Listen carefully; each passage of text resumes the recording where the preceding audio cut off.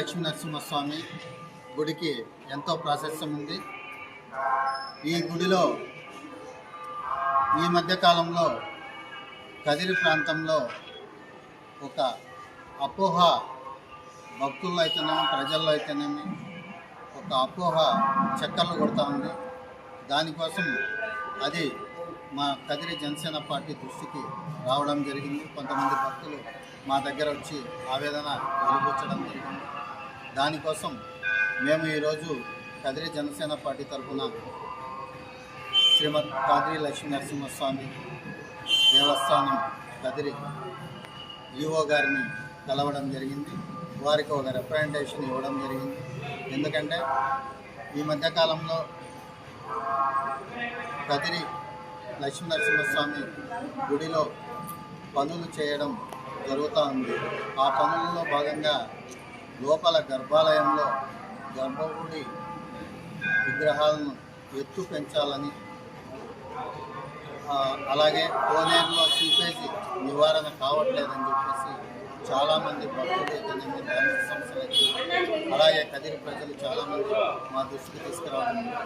దానికోసమని ఈరోజు ఈఓ గారికి కలిసి ఒక రిప్రజెంటేషన్ ఇవ్వడం జరిగింది. ఈఓ గారు కూడా మాకు క్లారిఫికేషన్ ఇచ్చారు. మేము గర్భాలయం జోలికి మేము వెళ్ళము, బయట ఏదైనా పనులుంటే మేము చేసుకుంటాము అని చెప్పేసి చెప్పడం జరిగింది.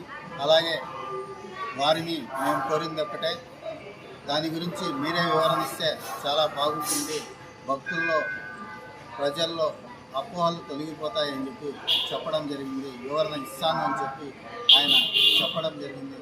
కాబట్టి ఆయన వివరణ ఇస్తాడు.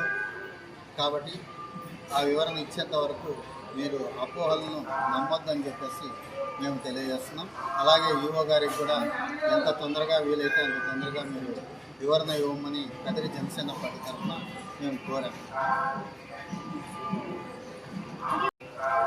ప్రసిద్ధ నవనారసింహస్వామి క్షేత్రాలలో శ్రీమద్ కాదిరి లక్ష్మీనరసింహస్వామి వారి క్షేత్రం ఎంతో వైభవం సంతరించుకుంది.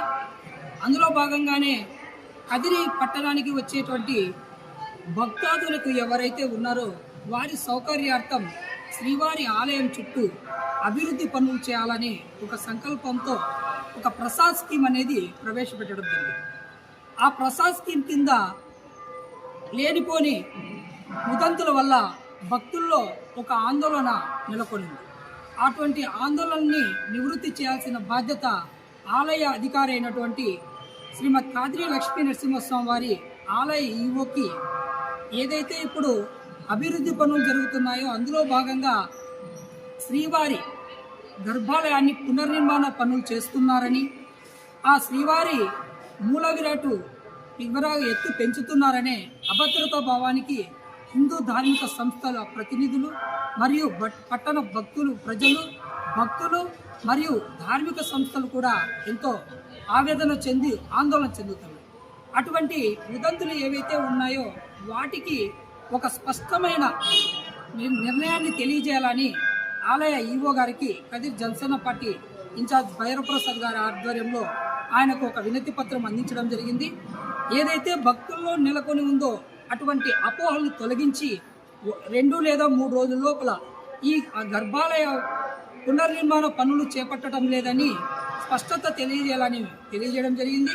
అంతేకాకుండా శ్రీమద్ కాదిరి లక్ష్మీనరసింహస్వామి వారి పరమ తీర్థాలలో భృగుతీర్థం ఒకటి, ఆ భృగుతీర్థంలో జరుగుతున్నటువంటి పనులు కూడా నత్తనడకన జరుగుతున్నాయి.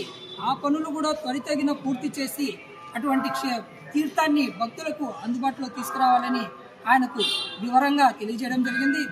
ఏదైనా అభివృద్ధి విషయంలో పట్టణ ప్రముఖులు మరియు శ్రీవారి భక్తులు అంతా సహకరించడానికి ముందుకొస్తున్నారు. అది కాకుండా ఏదైతే గర్భాలయం విషయంలో పునర్నిర్మాణ పనులు ఏ ఒక్కరూ హర్షించని విషయం, దీనిపై స్పష్టత ఇవ్వాలని మేము ఈవో గారికి తెలియజేశాం. ఆయన కూడా సానుకూలంగా స్పందించారు. 1 లేదా 2 రోజుల్లో గర్భాలయాన్ని పునర్నిర్మాణ పనులు మరియు రీకన్స్ట్రక్షన్ పనులు ఏవి కూడా చేయటం లేదని చెప్పి మాకు తెలియజేయడం జరిగింది.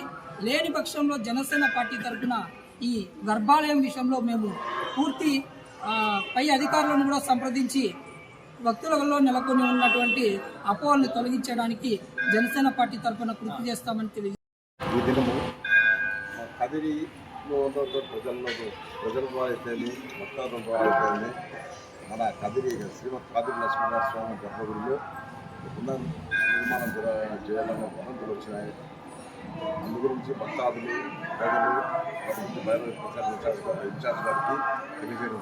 ఆ విషయంలో ఒక క్లారిటీ, ఒక స్వచ్ఛమైన క్లారిటీ నిమిత్తము మేము ఇద్దరము భైరవ ప్రసాద్ గారితో పాటు వచ్చి కదిరి లక్ష్మీనరసింహస్వామి గారిని కలవడం జరిగింది. ఆయన ఈ విషయంలో స్పందించి అటువంటి గర్భాలయంలో ఎటువంటి పనులు చేపట్టమని, ఏమైనా అవసరం ఉంటే బయట అభివృద్ధి పనులు చేసుకుంటామని స్పష్టంగా ఆయన తెలియజేయడం అయింది. అందువలన భక్తాదులు ప్రజలు ఈ విషయంలో ఎటువంటి అపోహలు పెట్టుకోకుండా ఉండాలని తెలియజేస్తున్నారు. అంతేకాకుండా ఈ విషయంగా మన యువ గారు కూడా క్లారిటీ ప్రెస్ మీట్ ద్వారా తెలియజేస్తానని చెప్పినాడు. కాబట్టి ఈ విషయం సమావేశంలో తెలియజేస్తున్నాను. జై జనసేన.